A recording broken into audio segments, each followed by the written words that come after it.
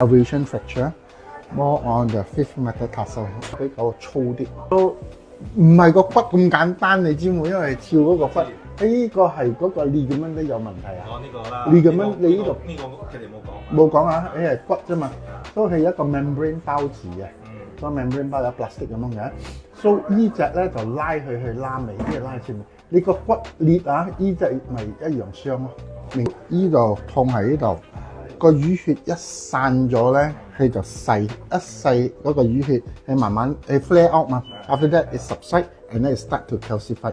When it calcify， 你自己可以幫下手咁樣捽下去。你唔慢慢捽，你個意思捽下咧燙平佢。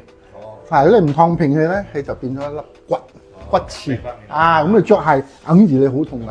我會幫你做咧，就係拉咗佢，我放5角錢50 cents。I will pressure 係一好係咪靚咯？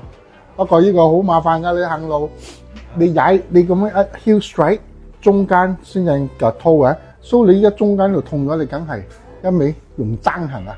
爭下你呢度都會攰嘅嚇，少行啲。少行啲咯。Osteocare